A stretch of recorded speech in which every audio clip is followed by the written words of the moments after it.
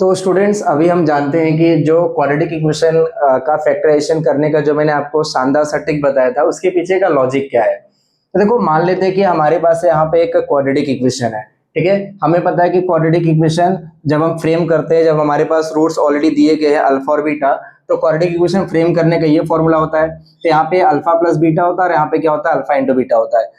अब देखो quadratic equation का जो ग्राफ होता है उसका नेचर पहले हम समझते हैं, ग्राफ का नेचर कैसा होता है। तो ये क्वाड्रेटिक इक्वेशन का ग्राफ अगर आप देखेंगे तो ये कुछ ऐसा जाता है करके, ठीक है। ये एक्स एक्सिस को जो है दो बार कट करता है, एक बार आप देख सकते हैं यहाँ पे कट कर रहा है, एक बार यहाँ पे कट कर रहा है, ठीक है। मैंने इन जनरल लिया है, ऐसा नहीं कि इसी का मैंने ग्राफ लिया यहाँ पे, बट आपको यहाँ पे ये समझना है कि देखो ये जो ग्राफ ऐसा होता है ना कि ये सिमेट्रिक होता है। मतलब अगर यहाँ से अगर मैं बीच में ऐसा एक लाइन ड्रॉ कर पा रहा हूँ तो यहाँ पे देखेंगे हाफ पार्ट इधर आ रहा है, हाफ पार्ट यहाँ पे इधर आ रहा है।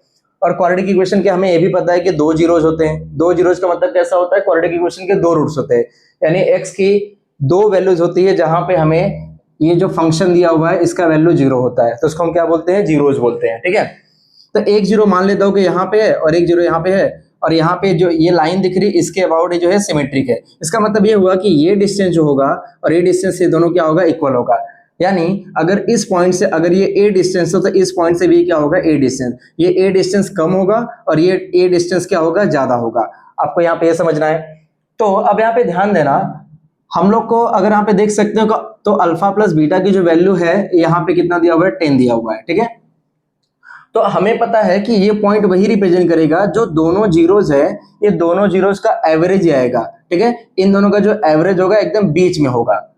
तो अब हमें क्या पता करना है कि इसका एवरेज क्या होगा। तो एक रूट अल्फा है और एक रूट यहाँ पे क्या है, बीटा है। मुझे एवरेज पता करना है, तो एवरेज पता करना तो मैं क्या करूंगा, 2 से डिवाइड कर दूंगा, ठीक है। जैसे मैं 2 से डिवाइड करूंगा मुझे क्या मिल जाएगा, 5 मिल जाएगा। तो इसका मतलब ये है कि जो दो जीरोस है यानी जो दो रूट्स होंगे क्वाड्रेटिक इक्वेशन के वो यहाँ पे है, तो उनका एवरेज मैंने बताया कि यहाँ पे बीच में आएगा। तो इसका मतलब ये है कि ये जो 5 है, ये वाला जो पॉइंट है ये किसको रिप्रेजेंट करेगा, ये वाला पॉइंट हमारा यहाँ पे हो गया 5 हो गया, ठीक है।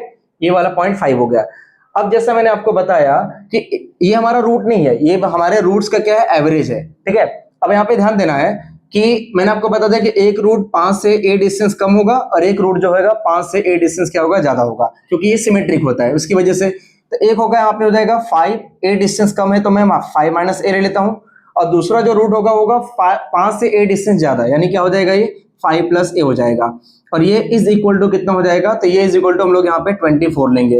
अब 24 क्यों लेंगे, तो ये जो 24 हमने इसको लिया है, इसके पीछे का रीजन क्या है, देखो हमें पता है कि ये जो नंबर होता है ये रिप्रेजेंट करता है अल्फा इंटू बीटा को, यानी ये किसको रिप्रेजेंट करता है, ये प्रोडक्ट ऑफ रूट्स को, यानी अल्फा और बीटा को मल्टीप्लाई करके हमें ये आंसर मिलता है, ठीक है।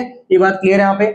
तो इसकी वजह से हमें पता है कि हमारे दोनों रूट्स यही होने वाले हैं, तो इन दोनों को मल्टीप्लाई करेंगे तो हमें क्या मिलेगा, यही 24 मिलने वाला। और ये पॉइंट अगर मुझे पता करना तो ये क्या होगा, ये वाला होगा 5 माइनस ए, और ये क्या होगा हमारा 5 प्लस ए होगा। ये 5 से ए डिस्टेंस कम है तो 5 माइनस ए, ये 5 से ए डिस्टेंस ज्यादा तो 5 प्लस ए। इसीलिए एक रूट ये है और दूसरा रूट ये है, तो इनको मल्टीप्लाई करके हमारा जो अल्फा इंटू बीटा की वैल्यू दी है उसके बराबर होगा, क्योंकि ये प्रोडक्ट ऑफ रूट्स को रिप्रेजेंट करता है और ये भी प्रोडक्ट ऑफ रूट्स ही है, ठीक है। इसको सॉल्व करेंगे तो क्या आएगा, ये हो जाएगा हमारा 24 minus A square is equal to कितना हो जाएगा, 24। 25 minus A square is equal to 24। So A square की वैल्यू कितनी हो जाएगी, ये इधर के माइनस होगा 1 आएगा। सो ए की वैल्यू यहाँ पे कितनी हो जाएगी, तो ये 1 का स्क्वायर रूट कितना होगा, यहाँ पे 1 हो जाएगा। तो इसका मतलब ये हुआ कि अगर मुझे ये वाला पॉइंट पता करना है तो ये कितना हो जाएगा, 5 माइनस 1 दैट इज कितना होगा, 4 होगा। और ये वाला पॉइंट अगर मुझे पता करना हो तो कितना होगा, 5 प्लस 1 दैट इज ये कितना हो जाएगा, 6। और हमें पता है कि 4 और 6 का जो एवरेज, अगर 4 प्लस 6 करोगे तो 10, 10 को 2 से डिवाइड करोगे कितना आएगा, 5 आएगा। तो आई होप आपको ये समझ में आएगा, इसके पीछे का लॉजिक आपको एकदम क्लियर अच्छे से। तो आप इस ट्रिक का इस्तेमाल करके चाहे कितना ही बड़ा नंबर यहाँ पे क्यों ना हो, यहाँ पे क्यों ना हो, आप आसानी से शानदार तरीके से आप ऐसे निकाल सकते हैं। किसी भी क्वाड्रेटिक जो फंक्शन दिया रहेगा यहाँ पे उसका फैक्टर निकाल सकते हैं। अगर उसका फैक्टर पॉसिबल है तो उस केस में बोल रहा हूँ, ऐसा नहीं कि हमेशा पॉसिबल ही होगा।